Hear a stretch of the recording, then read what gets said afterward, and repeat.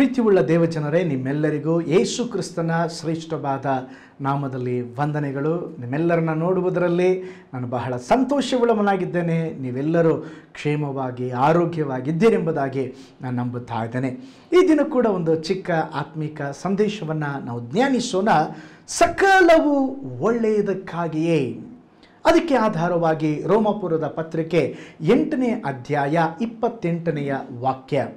ದೇವರ ಸಂಕಲ್ಪದ ಮೇರೆಗೆ ಕರೆಯಲ್ಪಟ್ಟು ಆತನನ್ನು ಪ್ರೀತಿಸುವವರ ಹಿತಕ್ಕಾಗಿ ಎಲ್ಲ ಕಾರ್ಯಗಳು ಅನುಕೂಲವಾಗುತ್ತದೆ ಎಂಬುದಾಗಿ ನಮಗೆ ಗೊತ್ತಿದೆ. ಈಗ ಓದಿದಂಥ ವಾಕ್ಯ ಭಾಗದಲ್ಲಿ ದೇವರು ಒಂದು ಅದ್ಭುತವಾದಂಥ ವಾಗ್ದಾನವನ್ನು ದೇವ ಮಕ್ಕಳಿಗೆ ದೇವರು ಕೊಡುತ್ತಿದ್ದಾರೆ. ಏನಂತ ಹೇಳಿದ್ರೆ, ಎಲ್ಲ ಕಾರ್ಯಗಳನ್ನು ನಮ್ಮ ಜೀವಿತದಲ್ಲಿ ದೇವರು ಒಳ್ಳೆಯದಾಗಿ ಮಾಡುತ್ತಾರಂತೆ. ನಮ್ಮ ಜೀವನದಲ್ಲಿ ಎಲ್ಲ ಕಾರ್ಯಗಳು ಒಳ್ಳೆಯದಾಗಿರಲಿಕ್ಕಿಲ್ಲ. ನಾವು ಹಾದು ಹೋಗುವಂಥ ಮಾರ್ಗ ಕಷ್ಟವಿರಬಹುದು. ನಮ್ಮ ಜೀವನದಲ್ಲಿ ಅನೇಕ ಎದುರು ನೋಡದ ಕಾರ್ಯ ಇರಬಹುದು. ಆದರೆ ದೇವರ ವಾಕ್ಯ ಹೇಳುತ್ತದೆ, ಯಾರೆಲ್ಲ ದೇವರನ್ನ ಪ್ರೀತಿಸ್ತಾರೋ, ಯೇಸುವನ್ನ ಪ್ರೀತಿಸ್ತಾರೋ, ಆತನನ್ನ ಪ್ರೀತಿಸುವಂಥ ಆತನ ಮಕ್ಕಳಿಗೋಸ್ಕರವಾಗಿ ಎಲ್ಲ ಕಾರ್ಯಗಳನ್ನ ದೇವರು ಒಳ್ಳೆಯದಾಗಿ ಮಾಡುತ್ತಾರಂತೆ. ಇದಕ್ಕೆ ಒಂದು ಉದಾಹರಣೆಯನ್ನು ಹೇಳಿದ್ರೆ ನಿಮಗಿನ್ನೂ ವಾಕ್ಯ ಚೆನ್ನಾಗಿ ಅರ್ಥವಾಗುತ್ತೆ.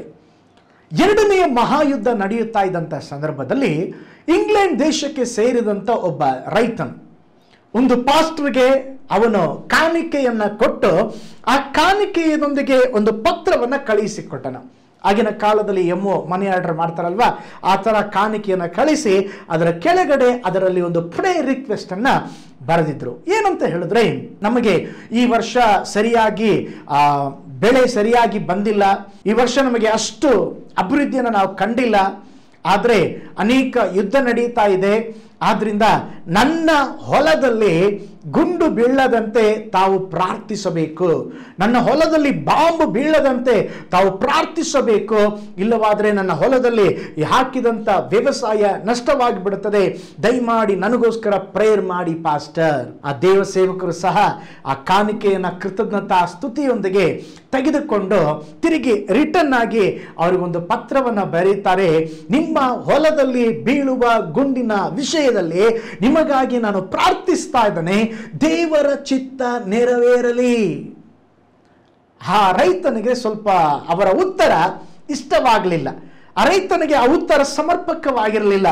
ಕಾರಣವೇನೆಂದರೆ, ಕಷ್ಟಪಟ್ಟು ಕಾಣಿಕೆ ಕೊಟ್ಟಿದ್ದಾರೆ. ಏನಂತ ಪ್ರೇಯರ್ ರಿಕ್ವೆಸ್ಟ್, ಅವರ ಹೊಲದಲ್ಲಿ ಗುಂಡುಗಳು ಬೀಳಬಾರದಂತೆ, ಬಾಂಬ್ ಬೀಳಬಾರದಂತೆ. ಆದರೆ ಪಾಸ್ಟರ್ ಏನು ರಿಪ್ಲೈ ಕೊಟ್ಟಿದ್ದಾರೆ, ನಿಮಗಾಗಿ ಪ್ರೇಯರ್ ಮಾಡ್ತೀವಿ, ಒಂದು ಅದ್ಭುತ ನಡೀತದೆ ಅಂತ ಹೇಳಿದ್ರೆ ಒಂದು ಅವ್ರು ಸಂತೋಷ ಪಡ್ತಾ ಇದ್ರು. ರಿಪ್ಲೈ ಕೊಟ್ಟಿದ್ದಾರೆ ಏನಂದ್ರೆ, ನಾನು ನಿಮಗಾಗಿ ಪ್ರಾರ್ಥಿಸ್ತೇನೆ, ದೇವರ ಚಿತ್ತ ನಿಮ್ಮ ಜೀವಿತದಲ್ಲಿ ನಡೆಯುತ್ತದೆ. ಆಗ ರೈತ ಅವರಿಗೆ ಆಯ್ತು, ಇನ್ನು ಮೇಲೆ ಈ ಪಾಸ್ಟರ್ಗೆ ಕಾಣಿಕೆ ಕಳಿಸೋದೇ ಬೇಡ, ಇವರ ಹತ್ರ ಪ್ರೇಯರ್ ರಿಕ್ವೆಸ್ಟ್ ಹೇಳೋದು ಬೇಡ, ನಾನು ಕಷ್ಟಪಟ್ಟು ಕಾಣಿಕೆ ಕೊಟ್ಟು ನನಗಾಗಿ ಪ್ರೇಯರ್ ಮಾಡ್ರಿ ಅಂತ ಹೇಳಿದ್ರೆ ಒಂದು ಆಶ್ವಾಸನೆಯ ಉತ್ತರ ಕೊಡೋದೆ, ಈಗ ಅವರು ಉತ್ತರ ಕೊಡೋದಂತೇಳಿ ಸ್ವಲ್ಪ ಬೇಜಾರಾಗಿದ್ರು. ಮಾರನೇ ದಿವಸ ನೋಡಿದ್ರೆ ಅವರ ಹೊಲದಲ್ಲಿ ಗುಂಡು ಬೀಳಬಾರ್ದಂತೇಳಿ ಅವ್ರು ಹೇಳಿದ್ರು, ಬಾಂಬ್ ಬೀಳಬಾರ್ದಂತ ಹೇಳಿದ್ರು. ಮಾರನೇ ದಿವಸ ಅವರ ಹೊಲದಲ್ಲಿ ಒಂದು ದೊಡ್ಡ ಗುಂಡು ಬಂದು ಬಿತ್ತು. ಆದರೆ ಆ ಹೊಲದಲ್ಲಿ ಯಾವ ನಷ್ಟವಾಗಲಿಲ್ಲ. ಆ ದೊಡ್ಡ ಗುಂಡು ಬಿದ್ದಂಥ ಆ ಕಡೆಯಲ್ಲಿ ಒಂದು ನೀರಿನ ಬುಗ್ಗೆ ಒಡೆದು ಅದರಿಂದ ನೀರು ಹೊರಬಂದು ಅವನ ಜಮೀನನ್ನೆಲ್ಲ ತೋಯಿಸ್ತು.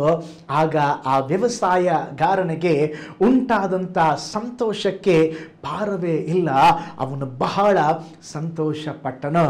ಆ ವರ್ಷ ಒಳ್ಳೆಯ ಬೆಳೆ ಬೆಳೆದದ್ದರಿಂದ, ಪಾಸ್ಟರ್ ನೀವು ಕೊಟ್ಟ ಉತ್ತರ ನನಗೆ ಸಮರ್ಪಕವಾಗಿರಲಿಲ್ಲ, ನೀವು ದೇವರ ಚಿತ್ತ ಅನುಸಾರವಾಗಿ ಪ್ರಾರ್ಥನೆ ಮಾಡಿದ್ರೆ ಅದರಿಂದ ದೈವಿಕವಾದ ಆಶೀರ್ವಾದವನ್ನು ನಾನು ಕಂಡುಕೊಳ್ಳುವಂತೆ ದೇವರು ಸಹಾಯ ಮಾಡಿದ್ರು. ಒಂದು ವೇಳೆ ಆ ಗುಂಡು ನನ್ನ ನೆಲದಲ್ಲಿ ಸಿಡಿಯದೇ ಇದ್ದರೆ ಈ ನೀರಿನ ಬುಗ್ಗೆ ಸಿಗ್ತಾ ಇರಲಿಲ್ಲ, ಈ ನೀರಿನ ಬುಗ್ಗೆ ಸಿಗದೇ ಇದ್ದರೆ ನನ್ನ ವ್ಯವಸಾಯ ಎಲ್ಲ ಹಾಳಾಗುತ್ತಾ ಇತ್ತು. ಆದರೆ ಇದಕ್ಕಾಗಿ ಕರ್ತನಿಗೆ ಸ್ತೋತ್ರ, ನೀವು ಪ್ರಾರ್ಥಿಸಿದಂತೆ ದೇವರ ಚಿತ್ತ ನಮ್ಮ ಹೊಲದಲ್ಲಿ ನಡೆದಿದೆ. ಈಗ ನಾನು ಆಶೀರ್ವಾದದಿಂದ ತುಂಬಿಸಲ್ಪಟ್ಟಿದ್ದೇನೆ. ಪ್ರೀತಿಯುಳ್ಳ ದೇವ ಮಕ್ಕಳೇ, ಕೆಲವು ಸಾರಿ ಹಾಗೆ ನಮ್ಮ ಜೀವನದಲ್ಲಿ ನಾವು ಏನೆಲ್ಲ ಪ್ರೇಯರ್ ಮಾಡ್ತೀವೋ ಅದನ್ನೆಲ್ಲ ಹಂಗೇ ನಡಿಬೇಕೆಂಬುದಾಗಿ ನಾವು ಬಯಸ್ತೇವೆ. ಆದರೆ ದೇವರ ಚಿತ್ತಾನುಸಾರವಾಗಿ ಪ್ರಾರ್ಥನೆ ಮಾಡಿರಿ. ನಮ್ಮ ಜೀವನದಲ್ಲಿ ಕೆಲವು ಸಾರಿ ನಾವು ಎದುರು ನೋಡದ ಕಾರ್ಯಗಳು ಬರಬಹುದು.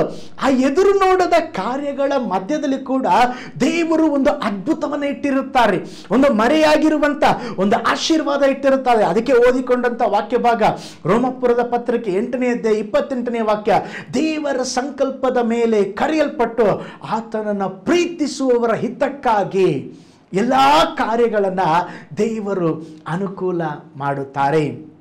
ಪ್ರೀತಿಯುಳ್ಳ ದೇವ ಮಕ್ಕಳೇ, ನೀವು ಎದುರು ನೋಡೋದ ಅನೇಕ ಸಂಭವಗಳು, ಕಾರ್ಯಗಳು ನಿಮ್ಮ ಜೀವನದಲ್ಲಿ ನಡೆಯುತ್ತಾ ಇರಬಹುದು. ಭಯಪಡಬೇಡಿ, ನಿಮಗೋಸ್ಕರ ದೇವರು ಒಳ್ಳೆಯದನ್ನು ಮಾಡ್ತಾರೆ. ದೇವರನ್ನ ನಂಬಿ ಭರವಸೆದಿಂದ ಇರ್ರಿ. ದೇವರಿಗೆ ಹೇಳ್ರಿ, ದೇವರೇ, ನಾನು ಹಾದು ಹೋಗುವಂಥ ಮಾರ್ಗ ನಿನಗೆ ಗೊತ್ತಿದೆ, ಅದು ಕಾರ್ಗತ್ತಲಿನ ಕಣಿವೆಯಾಗಿದೆ. ನನ್ನ ಜೀವನದಲ್ಲಿ ಸಹಿಸದ ವೇದನೆಗಳಿದೆ, ನನ್ನ ಜೀವನದಲ್ಲಿ ಕಷ್ಟ ನಷ್ಟಗಳಿದೆ, ಆದರೆ ನಾನು ನಿನ್ನನ್ನು ನಂಬ್ತೇನೆ.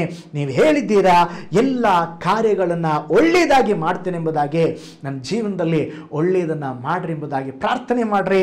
ನಿಶ್ಚಯವಾಗಿ ನಿಮ್ಮ ಜೀವಿತದಲ್ಲಿ ಕೂಡ ಎಲ್ಲ ಕಾರ್ಯಗಳಲ್ಲಿ ಅನುಕೂಲವಾದ ದೇವರ ಕಾರ್ಯಗಳು ನಿಮ್ಮ ಜೀವಿತದಲ್ಲಿ ನಡೆಯುವಂಥದ್ದಾಗಿದೆ. ನಾವು ಪ್ರಾರ್ಥನೆ ಮಾಡಿಕೊಳ್ಳೋಣ. ಪರಲೋಕದಲ್ಲಿ ವಾಸ ಮಾಡುವಂಥ ನಮ್ಮ ತಂದೆಯಾದ ದೇವರೇ, ನೀನು ಹೇಳಲ್ಪಟ್ಟಂಥ ಅದ್ಭುತವಾದ ವಾಗ್ದಾನಕ್ಕಾಗಿ ಸ್ತೋತ್ರ. ನಿಮ್ಮನ್ನು ಪ್ರೀತಿಸುವವರ ಹಿತಕ್ಕಾಗಿ ಎಲ್ಲ ಕಾರ್ಯಗಳನ್ನು ನೀನು ಅನುಕೂಲ ಮಾಡುವಂಥ ದೇವರು ಸ್ವಾಮಿ.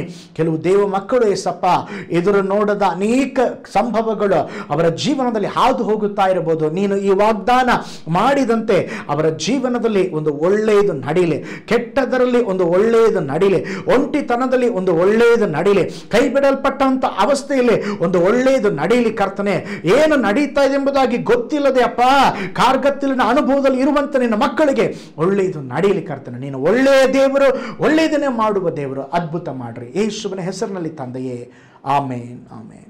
Price the Lord. ಕರ್ತನು ನಿಮ್ಮೆಲ್ಲರನ್ನ ಧಾರಾಳವಾಗಿ ಆಶೀರ್ವಾದ ಮಾಡಲಿ. ಮತ್ತೊಂದು ಆತ್ಮಿಕ ಸಂದೇಶದಲ್ಲಿ ನಾನು ನಿಮ್ಮನ್ನು ಸಂಧಿಸ್ತೇನೆ. ನಾನು ನಿಮ್ಮ ಪ್ರೀತಿಯ ಸಹೋದರ Paul Joy. God bless you all.